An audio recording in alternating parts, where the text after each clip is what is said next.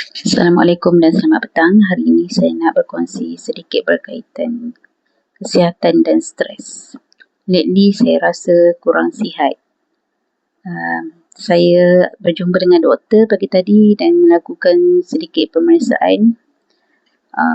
Saya mengalami masalah pembuangan air besar.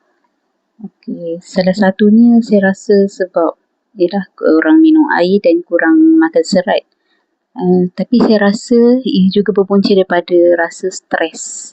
Sebab saya selalu berfikir tentang masalah kerja, masa depan dan keluarga. Saya harap rakan-rakan kat luar sana sentiasalah mementingkan kesihatan dan jangan lupa minum air yang banyak dan sentiasa melakukan senaman. Sebenarnya saya dulu seorang yang suka berjoging pada petang. Selepas beberapa masalah berlaku, saya stop untuk berjoging. So sekarang saya tengah fikir macam mana nak mula balik. Dia macam ambil masa lah. Bila kita dah berhenti lama kan, nak mula balik tu ambil masa sikit.